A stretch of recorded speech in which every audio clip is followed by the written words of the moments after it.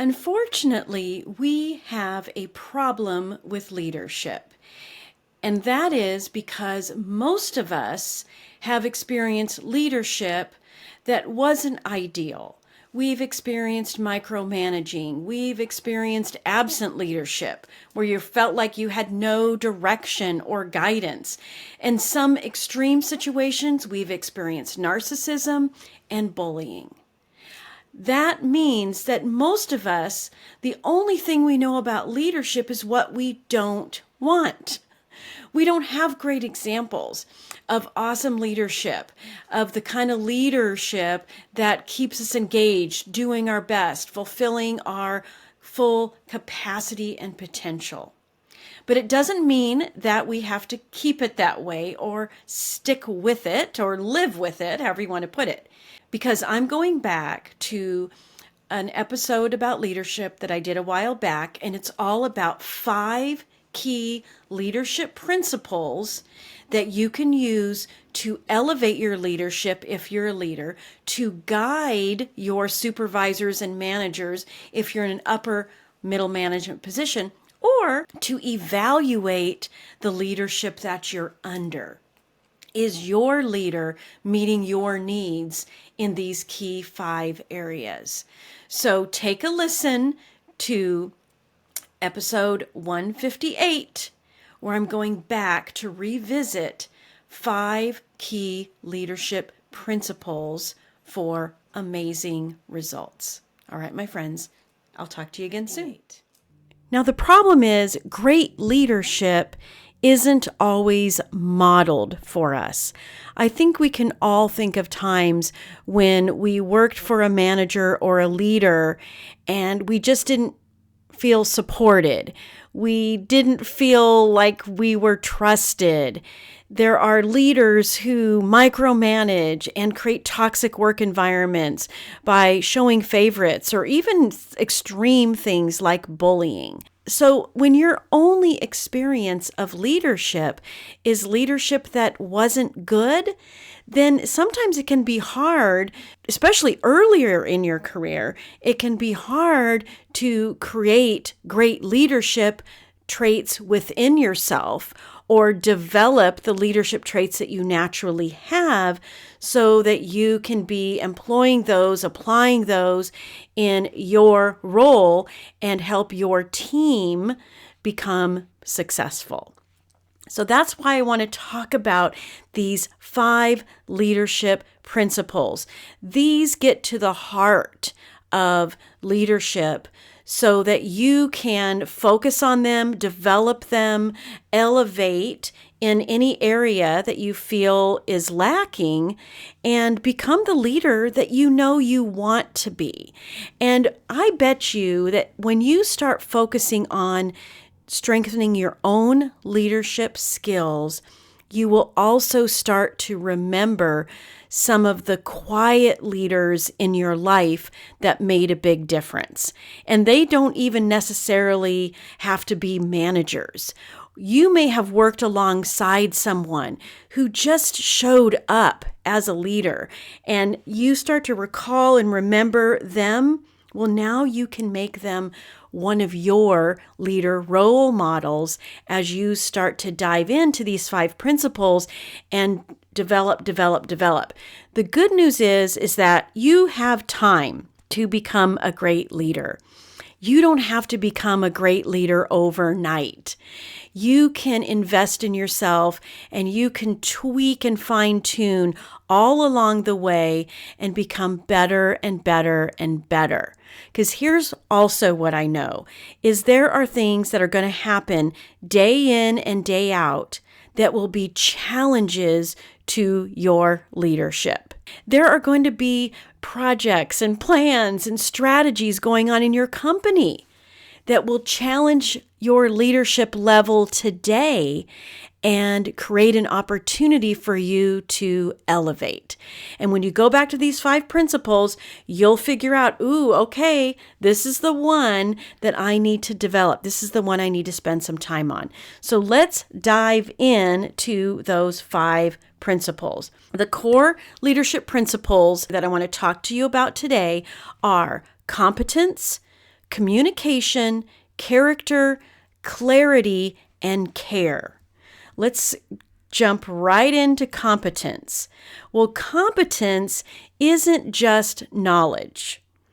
You could have a lot of knowledge about what you do, about your department, but it doesn't mean that you have competence as a leader. Competence as a leader is how you share what you know. It's your follow through. It's putting it all together, everything you know, and the ways you show up with such a strong sense of purpose that people can't help but follow you. Competence could mean that you are delegating, that you're giving other people the opportunity to shine and share their knowledge. Think about that. Competence as a leader doesn't mean you're holding on tight to everything. It means you see everything. It means you are observing the competence in others and giving them the opportunity to contribute at a higher level.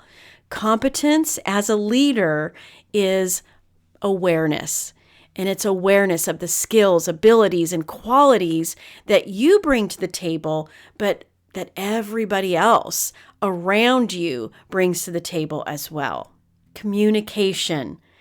Well, I am a big believer that it's better to over-communicate than under-communicate. Here's the reason why. When your team knows what you're thinking, they can anticipate. They can be proactive. They are set up for success because they have a window into how your brain works and therefore can be responsive. I've had people working for me over the years that because we had such great communication between us, I felt like they could read my mind. Have you ever worked with someone like that?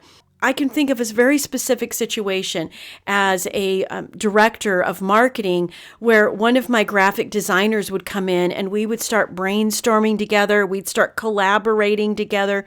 She just got me. She could read my mind and she started finishing my sentences. How do you think she could do that? Well, I've got to believe, first of all, yeah, we had a great relationship. 100%. There was trust and respect there. But it's because I had been an open communicator and an active listener that I created the opportunity for us to have that high level of understanding between each other. Active listening and just being a good listener in general is such a huge component of communication as a leader. It shows you understand. It shows you care. When you are repeating back to people the things they say, the words they use, and you are reflecting their style in your approach, you are creating safety, my friend. And that's a big deal in workplaces today. That sense of psychological safety where people can feel like they can be themselves. And which is the perfect segue into the next one, which is character. When you behave with integrity, you inspire confidence even in the midst of chaos. And character is about you being authentic and about you giving the people around you permission to be authentic. This makes you someone your team can count on. And when your team can count on you, when they know they can be themselves and they know that they are in a safe place that values them for who they are, when that happens, they want to show up for you in the best possible ways. Do not underestimate the power, your authenticity and your character, and you sticking to your values and acting in a way that's in alignment with your values, your personal values. Do not underestimate the power that has. You are leading by example when you're being authentic, when you're being transparent, when you are sitting down with your team and sometimes sharing vulnerabilities and the frustrations you have with the way things are going, not in a judgy way, but in a way that shows, hey, we are in this together. Man, that is what character as a leader is all about. Next, it's clarity. And when I think about clarity, I always think of one of my favorite leadership authors, John C. Maxwell, and this quote: "A leader is one who knows the way, goes the way, and shows the way."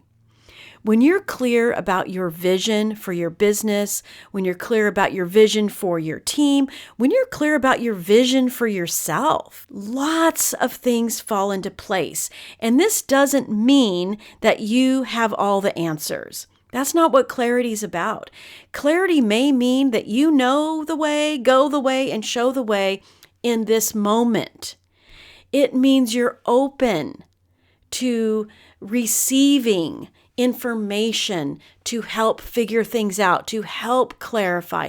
Having clarity is also about owning it. This is such a powerful way to engage your team and be the kind of leader that people want to follow. Setting the vision out there, creating a mission, and creating a sense of purpose, creating a common purpose that everybody can rally around. That's what clarity does. And listen, when you have to change your mind about the vision or the purpose, that's okay too. Just go back to communication and share what's happening and share why things are changing.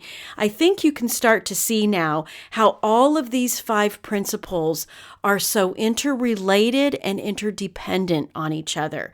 Each one sharpens another. And as you continue to develop these principles within yourself, then the other ones are going to grow too. It's so cool. That's why I love them so much. Now, the last one is care. And care is about leading with kindness. It's about servant leadership, or leading, as I think I heard one person put it, leading with empathy and elegance. What's awesome about elegance is it's simple, it's straightforward, it's elevated.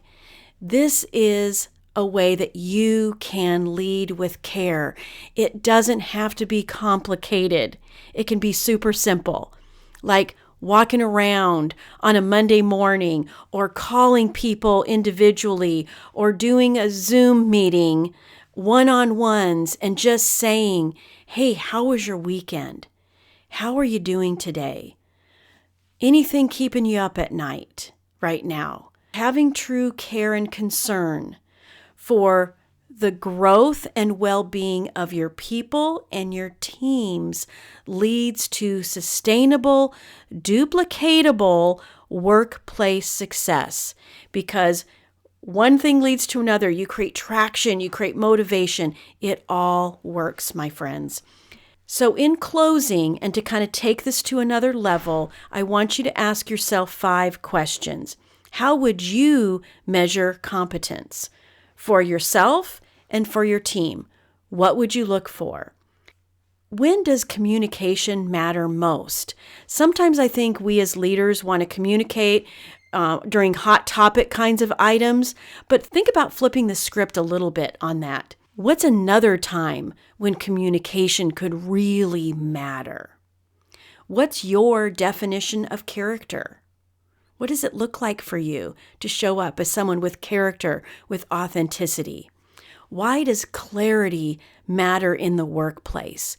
Can you think of a time when you lacked clarity and the result of that versus a time when things were perfectly crystal clear? What was the result of that crystal clear clarity?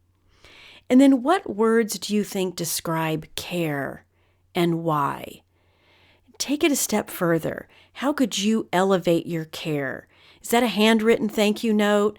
Is that bringing donuts in one morning? Gosh, it doesn't have to be expensive. It doesn't have to be complicated. Showing you care can make a huge difference. When you start to elevate your leadership performance. When you look at it as something to strengthen day by day, moment by moment, situation by situation, you will suddenly look back and find that you have a team that'll walk through walls for you. You have the ability to understand what's going on around you and not stress out about it. That, my friends, is what being a great leader, day to day, week to week, month to month, is all about. And you've got it in you. I know that. All right. I'll talk to you again soon. Thank you so much for watching. Don't forget to subscribe, and please visit elissashuck-careercoach.com for more information about how I can help you with your career and leadership goals. Talk to you soon.